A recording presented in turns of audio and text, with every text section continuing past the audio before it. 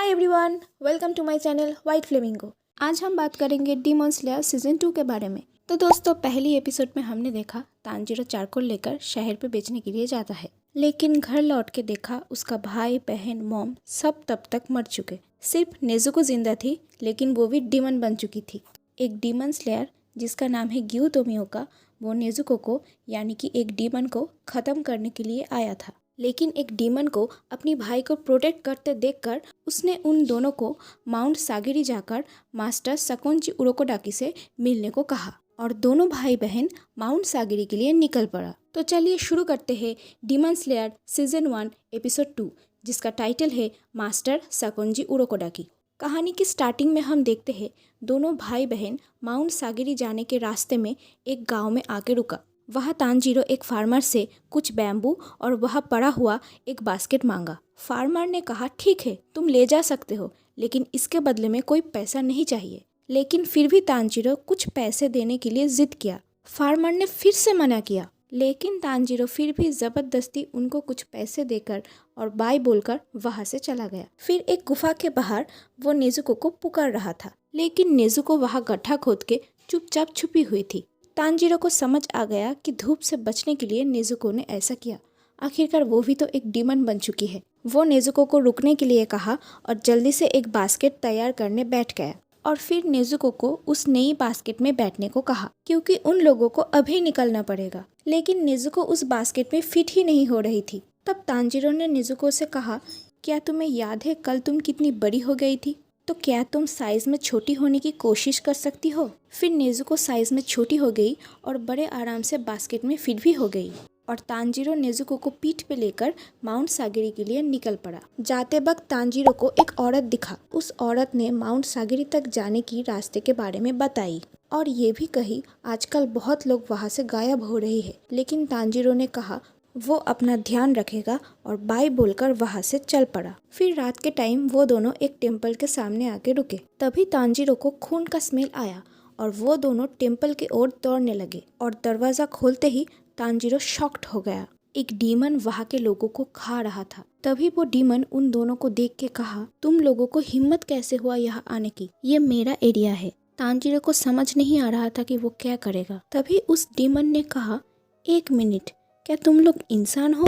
ये बोल के वो तांजीरो के ऊपर अटैक किया, लेकिन तांजीरो बड़े चालाकी से कुल्हाड़ी से उसका गला चीर दिया। वो डीमन हंस पड़ा और कहने लगा, बड़ी अच्छी कोशिश थी, लेकिन ये घाव ये तो जल्दी ही सूख जाएगी। ये बोलकर वो फिर से तांजीरो के ऊपर अटैक किया और कहने लगा, गलती एक बार ही होता है और इस बार तुमको कोई नहीं बचा सकता। दूसरी तरफ टेम्पल के अंदर इतनी सारी खून देखकर नेजुको की मुंह से लाल टपकने लगती है, लेकिन अपनी भाई की पुकार सुनकर उसको होश आ जाती है और दौड़ के अपनी भाई के पास जाकर एक लात से उस डीमन के सर को धड़ से अलग कर देती है और फिर बॉडी को भी एक लात मारकर दूर फेंक देती है। तांजीरो नेजुको की ताकत देखकर हैरान हो जाता है।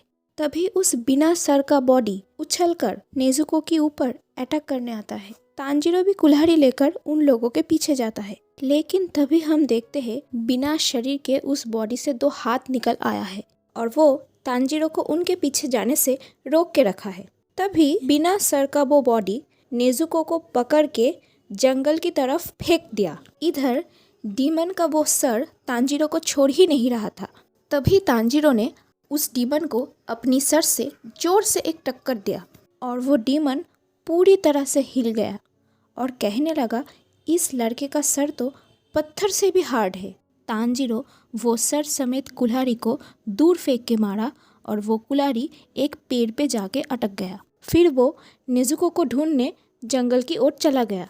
वहाँ जाके तांजीरो ने देखा वो डीमन नेजुको को पीट रहा है।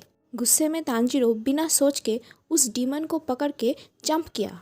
तभी उसने नोटिस किया कि वो तो खाई में गिरने वाला है, लेकिन नेजुको ने उसको सही टाइम पे पकड़ लिया और वो बॉडी खाई के नीचे जाके गिरा और मर गया। बॉडी के मरते ही वो सर चीख उठा और बेहोश हो गया। अगली सीन में हमने देखा तांजीरो एक नाइफ पकड़ के उस सर को खत्म करने की कोशिश कर रहा था, लेकिन कर नहीं पाया। तभी पीछे से कोई तांजीरो के पीठ पे हाथ रखा। वो चौंक गया और पीछे मुड़ के मास्क पहने एक बूढ़े आदमी को देखा। उसने तांजीरो को कहा कि इस तरह तुम कोई डीमन को मार नहीं सकते, तो तुम्हें कोई दूसरा तरीका अपनाना होगा। तांजीरो को लगा शायद पत्थर से उस डीमन के सर को पूरी तरह से नष्ट करना पड़ेगा, लेकिन मन ही मन में वो सोच रहा था, क्या कोई आसान तरीका नहीं है जिसमें एक ही बार में डीमन को मार सके। वो आदमी समझ गया कि ये लड़का कभी भी कोई भी डीमन को मार नहीं पाएगा, क्योंकि ऐसी सिचुएशन में भी उस लड़के के मन में वो डीमन के लिए सिंपैथी काम कर रहा है। तभी उस डीमन का सर होश में आ गया और तांजीरो को देखकर उसको मारने की धमकी दे रहा था। धीरे धीरे सुबह हो गई और सूरज की रोशनी उस डीमन के ऊपर पड़ने से उसका बॉडी पूरी तरह से जल के खाक हो गया। ये देख के तांजीरो घबरा गया और उसको याद आया नेजुको भी तो डीमन है, और नेजुको को चारों तरफ ढूंढने लगा। फिर टेम्पल के अंदर आके वो थोड़ा शांत हुआ। नेजुको टेम्पल के अंदर उस बास्केट में छुपी हुई थी। तांजीरो बाहर जाके देखा वो बूढ़े आदमी मरे हुए लोगों के लिए प्रे कर रहे थे। उसने उठकर तांजीरो को बोला, मेरा नाम है सकुंजी उरोकोडाकी, गियो तोमियोका ने तुम लोगों को मेरे पास ही भेजा है। फिर उसने तांजीरो से एक सवाल पूछा कि अगर तुम्हारा बहन किसी को खा लेता है तो तब तुम क्या करोगे। लेकिन तांजीरो को समझ ही नहीं आ रहा था कि वो क्या कहेगा। तभी मास्टर उरोकोडाकी ने तांजीरो को जोर से एक थप्पड़ मारा और कहा, तुम्हें पता है तुम क्यों जवाब नहीं दे पाए? क्योंकि तुम्हारे डिसीजन लेने की ताकत बहुत ही वीक है, इसीलिए तुम उस डीमन को सुबह होने से पहले मार नहीं सके। अगर तुम्हारा बहन कोई इंसान को खा ले तो तुम दो ही काम कर सकते हो, या तो अपनी बहन को मार दो या फिर खुद की पेट काट के मर जाओ, क्योंकि अपने साथ एक डीमन लेके घूमने का मतलब यही होता है। अगर तुमको मेरा स्टूडेंट बनना है तो तुमको एक टेस्ट में पास करना पड़ेगा। फिर तांजीरो कॉन्फिडेंट होकर कहा कि मैं तैयार हूँ। और फिर अगली सीन में हम देखे तांजीरो मास्टर उरोकोडाकी के पीछे पीछे दौड़ रहा है। तांजीरो हैरान हो गया कि इस उम्र में भी वो इतनी तेजी से दौड़ रहे थे और उनका फुटस्टेप भी सुनाई नहीं दे रहा था। फिर तांजीरो नेजुको से कहा, मुझे पता है तुमको प्रॉब्लम हो रही है, प्लीज थोड़ी देर और सब्र करना। वैसे भी मुझे पता है तुम एक बहुत ही समझदार लड़की हो। फिर एक फ्लैशबैक दिखाया जाता है जहाँ नेजुको अपनी फटी हुई किमोनो को ठीक कर रही थी।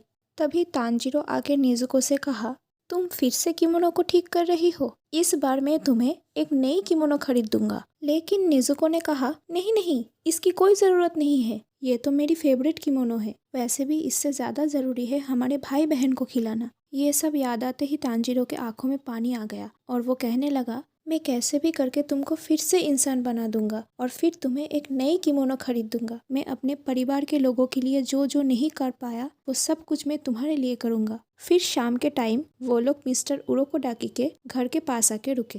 तांजीरो ने पूछा, क्या यही मेरी टेस्ट था? लेकिन मिस्टर उरोकोडाकी ने कहा, नहीं, टेस्ट तो अभी जस्ट शुरू हुआ है, अभी हम पहाड़ के ऊपर जाएंगे। फिर नेजुको को घर के अंदर सुला के वो लोग पहाड़ के ऊपर जाने के लिए निकल पड़े।